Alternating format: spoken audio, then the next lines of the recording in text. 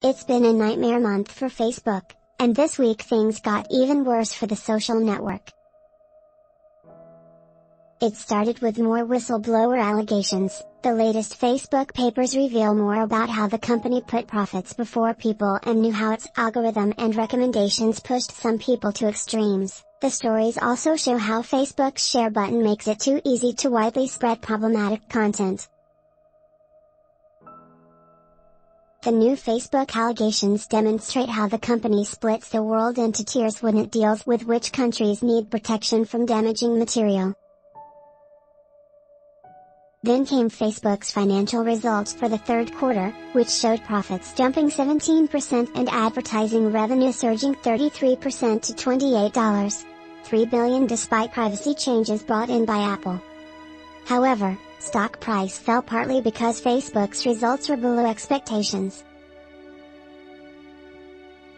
The results for the third quarter of this year do not take into account recent whistleblower allegations, and the more widely rolled out Apple features could have an impact going into the last 3 months of the year.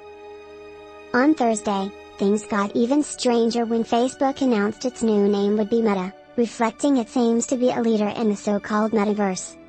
Facebook will still exist under its name as a social network, but the name Meta will overarch all Facebook companies including Facebook, Instagram and WhatsApp. The name change wasn't well received by critics, with many questioning how much this quasi-rebrand will help the Mark Zuckerberg-owned tech giant. Trying to drive attention away from the recent negative stories is a big ask when the world is watching, says Jake Moore, cybersecurity specialist at T. He adds that the name change might not be as future-proof as they might hope. This facelift might change the company name, but similar to when Google changed its name to Alphabet, Facebook will always be Facebook, especially when the social media platform is sticking with the same name.